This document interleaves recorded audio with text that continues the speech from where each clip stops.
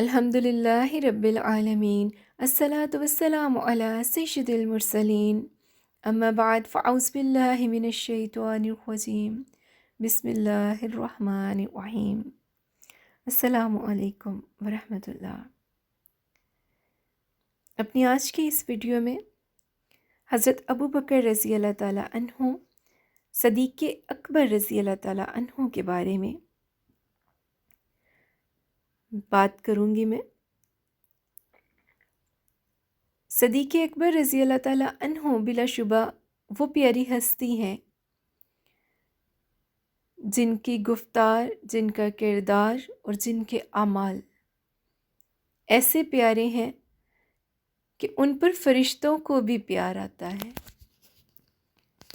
اور بلا شبہ نیک ہستیاں اور نیک لوگ وہ لوگ ہوتے ہیں جن کی باتوں سے، جن کی گفتار سے، جن کے کردار سے ہم بہت کچھ سیکھ سکتے ہیں۔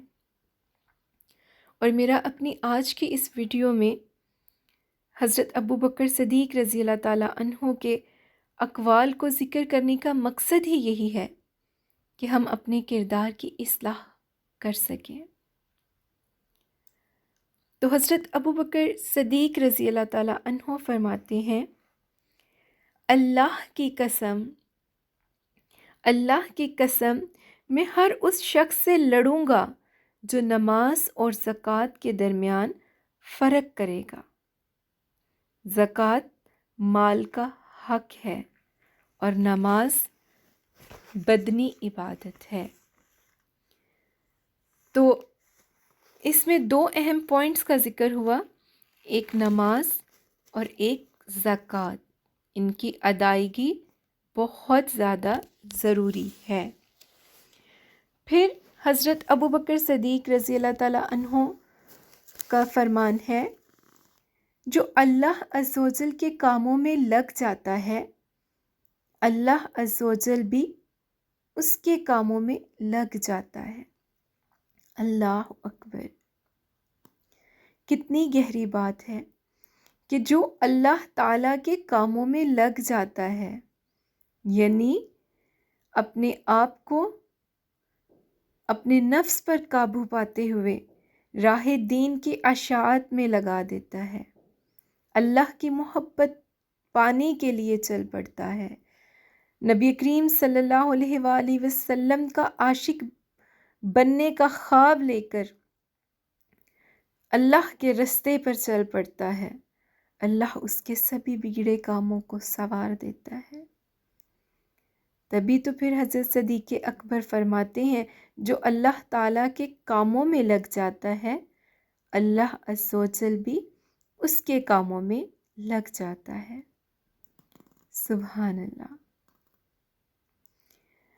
پھر حضرت ابو بکر صدیق رضی اللہ تعالیٰ عنہ فرماتے ہیں، جس پر اللہ کا کرم ہو جاتا ہے وہ حرص، ہوس اور غصہ سے بچ جاتا ہے۔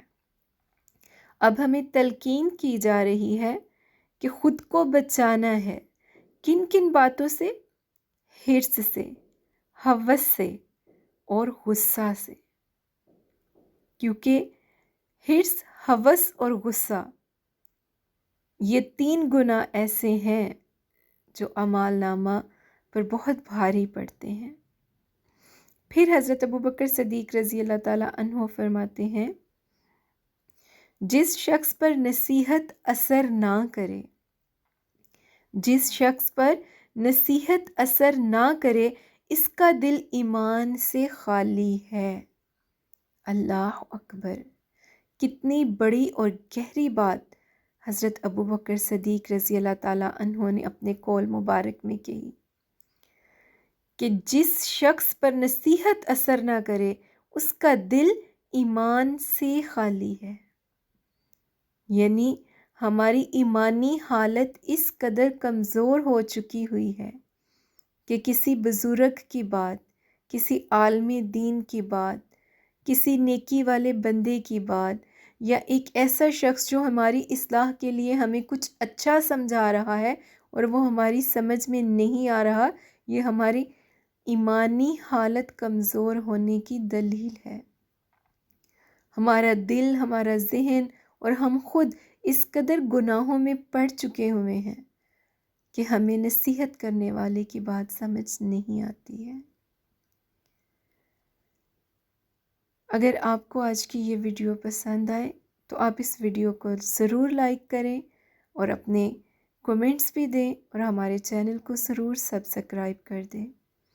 اللہ عز و جل ہم سب پر اپنا خاص رحم عطا فرمائے۔ تاجدار ختم نبوت زندہ باد۔